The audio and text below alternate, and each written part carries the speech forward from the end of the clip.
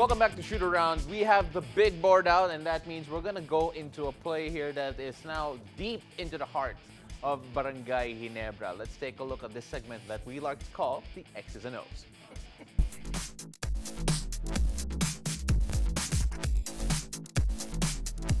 When Coach Ryan Gregorio and I saw a replay of this play, we thought that, wow, there were so many things that happened here, and we are privileged to break it down here for you. Coach, a lot of people saw that last shot by Scottie Thompson, but there were so many things that happened right before it that are worth mentioning. The first thing is, what kind of defense was TNT trying to do?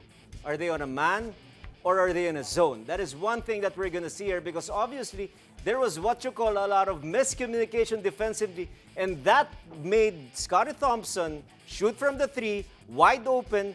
Defense was late on the closeout, and we'll see this in this particular segment. Let's take a look at this replay right now. Again, we're going to bring it down from when the ball was brought down. There was actually a screen there between the men of Pringle and Japet that got a switch going and really confused the TNT defense. Why? Coach Ryan will break that down in just a bit, but it ends up in an open triple there for Scottie Thompson to give Barangay Ginebra what turned out to be the decisive lead in this particular game, Coach. We're going to go through this one more time, and I'll let you take the reins here because it is really interesting how it all panned out for Barangay Ginebra. Let's look at the ball screen coverage of TNT. Whenever there is a ball screen, it's an automatic switch for them. Now, after the switch, there will be a mismatch. L.A. Tenorio is now being guarded by Poy Eram. But look at this replace. L.A. Tenorio goes down.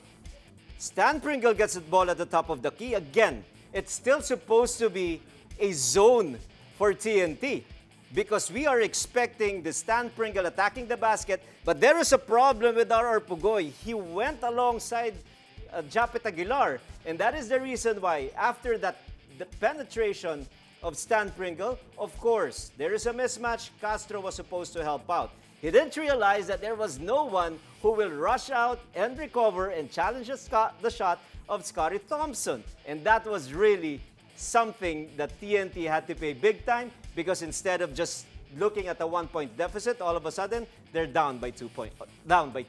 So let's take a look at that again. So what happened here is that we already have it with Stanley Pringle up top after all the switching and all the defense had to move. So this is our Pugoy, this is Japet Aguilar, and this is Jason Castro up top. So what is important here, of course, understanding this is Jason Castro, this is Stan Pringle at the top of the key being guarded by Poy Eram. From the quickness standpoint, of course, Poy Eram will not be able to handle Stanley Pringle. So Jason Castro was here providing the help side stance, just in case Stan Pringle breaks down the defense, there will be a help there. The problem is here. This is our Pugoy who's supposed to be staying somewhere right here because they're supposed to be playing a zone. So when this guy went down, Japet Aguilar was here. He brought our Pugoy alongside him. So when this guy started penetrating, the mentality of Castro is there's a man who will be guarding Scottie Thompson. But as a result, after this penetration, the defense froze a little bit. Stanley Pringle was able to deliver it to Scottie Thompson. Jason Castro, look at the travel, look at the distance. From a help side stance all the way to a challenge or a rush out, chances are he will be late. First three-pointer for Scottie Thompson in this game. He was only 1 out of 5 from the field. Only 3 points, but what a way for it to come. Crucial basket at that critical juncture. So let's take a look at it again. So there's the initial switch. Again, they're switching all of the ball picks. Scottie gets it and then gives it back to Stanley Pringle. You'll see Scottie creep into the corner. Japet Aguilar will go to the other side, bringing RR Pugoy with him. RR at this point is still playing man-to-man defense.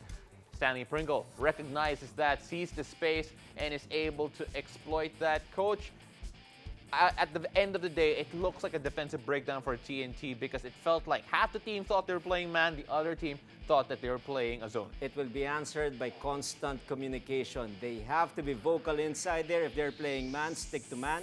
When they're playing zone, everybody must play zone defense. So right now, the question is, does TNT Tropang Giga have the wherewithal to make sure that they do not fall to an 0-3 deficit here in the PBA Philippine Cup Finals. What will their adjustments be? Will Barangay Ginebra showcase their dominance once more and make this a 3-0 series? Well, we'll find out soon enough. Tip-off is up next.